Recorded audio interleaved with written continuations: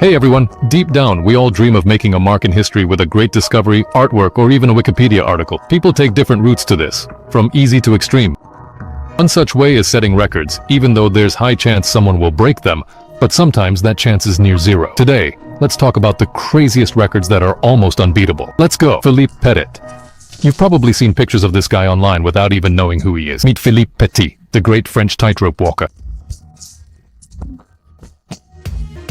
He got famous in August 1974 by walking between the twin towers of the World Trade Center.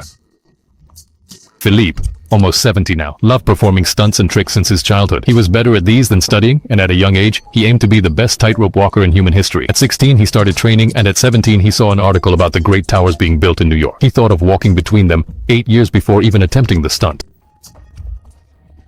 In short, his plans were ambitious from the start.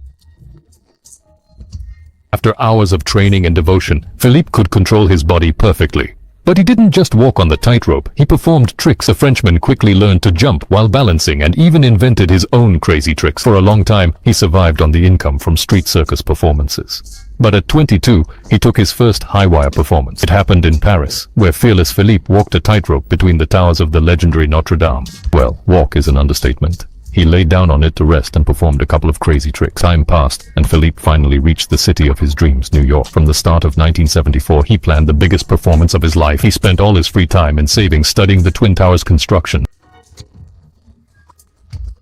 Once, he even rented a helicopter to examine them from above and plan his walk, considering factors like strong winds and police presence. Finally, on August 6, 1974, Philippe and 6 friends arrived at the scene. They dressed as workers, sneaked into the building with fake IDs, and brought all needed equipment to the 104th floor of the South Tower. They stayed until night to set up the tightrope under cover of darkness. In the morning, Philippe realized his dream with cops watching. From the start of 1974, he planned his life's biggest performance.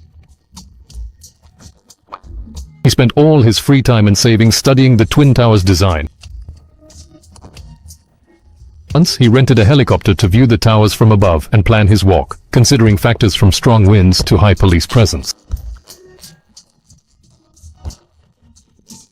Finally, on August 6, 1974, Philippe and 6 friends arrived at the action scene. They dressed as workers, used fake IDs to enter the building, and brought all the necessary equipment to the South Tower's 104th floor. They stayed till night to set the tightrope under the cover of darkness. The next morning, Philippe achieved his dream, under everyone's watch. Gathered below. In total, he was in the air for 45 minutes, went back and forth about 500, showing crazy stunts. He hopped on one leg, kneeled, and laid on the rope. That day, everybody found out about Philippe, even US President Richard Nixon.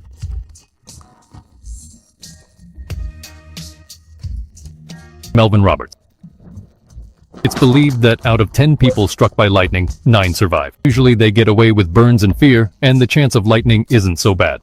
It's not small. American meteorologist Ron Hollis' calculations show a human who lives to 80 has a 1 in 13 chance. But this guy broke all records, not only struck 12 times, but left unscathed. After everything, Melvin has all the pictures of encounters with this phenomenon. First time it happened was when Melvin stepped out of a bulldozer. As soon as his feet touched the ground, lightning struck him. Then it happened again and again. So, the 12th time, the man said the sensation was like burning all over. Despite no serious physical injuries, accidents affected him strongly. He says lightning had a big impact on his memory. Today he can't remember many life episodes. It really affected him. He says lightning left a big impact on his memory, and now he can't remember many episodes of his life from his life. Professor Nakamatsu says everything new is well forgotten old. Maybe not quite.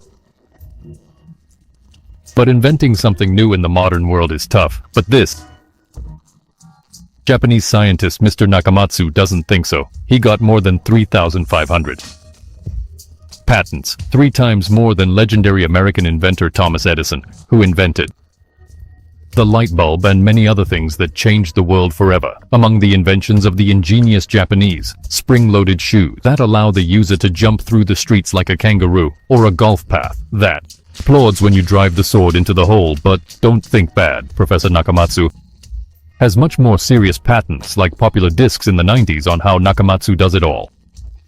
He has many secrets, from special brainstorming rooms to listening to Beethoven's symphonies, and even invents new stuff underwater when a human brain starts lacking oxygen. Nakamatsu says the thinking process goes much faster, and to record his ideas, the inventor uses another patent, a waterproof notebook.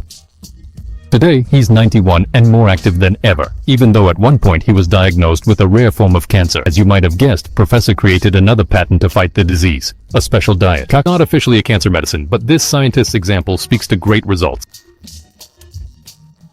Doctors said he had a year to live, but he's been healthy for 6 years post-illness.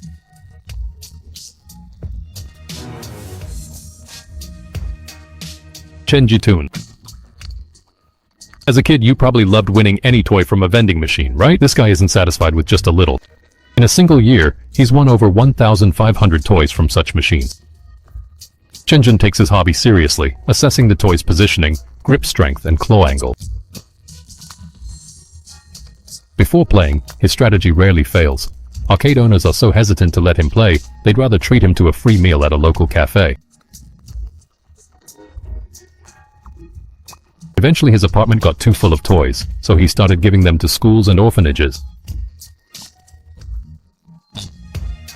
Sebastian Abreu. Transfers in football are common. Talented players often bounce between clubs chasing higher pay, but ex-Uruguay national team player Sebastian Abreu, nicknamed Crazy, set all records here.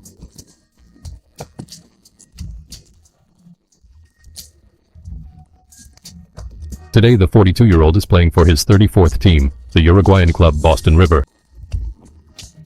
Seemingly proud of his career, Abreu even displays metallic badges of all the clubs he's played for on his calabash. It's a special type of pot used for drinking the popular South American beverage mate.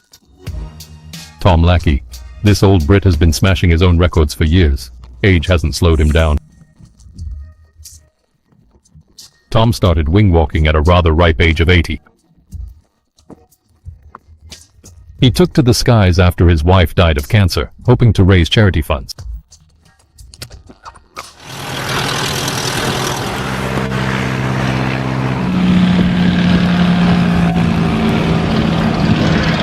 Since then, he's repeatedly upped his own game, flying further distances on light aircraft.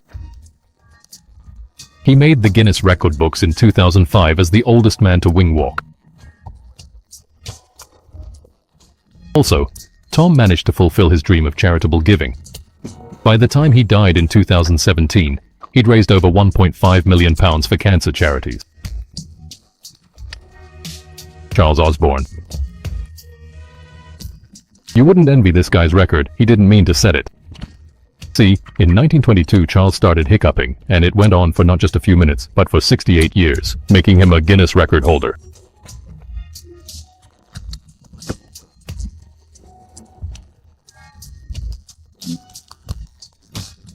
He's estimated to have hiccuped over 700 million times during these years. It all started after Charles had a bad fall in his yard. Scientists think a fall affected some parts of a farmer's brain. This caused seizures and clay cats decades later. Ashvita Fyoman. There are many in the Guinness records, like this guy who holds the most of them.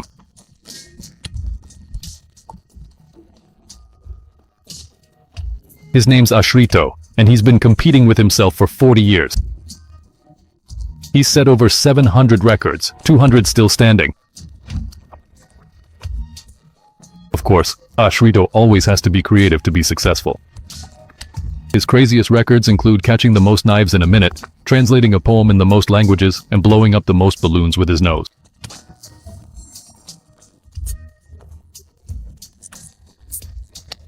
Finally, the weirdest record is Elias Stewart's. He typed numbers from 1 to 1,000,000, using 7 typewriters and 20,000 pages over 16 years, all with one finger after suffering burn injuries from a fire.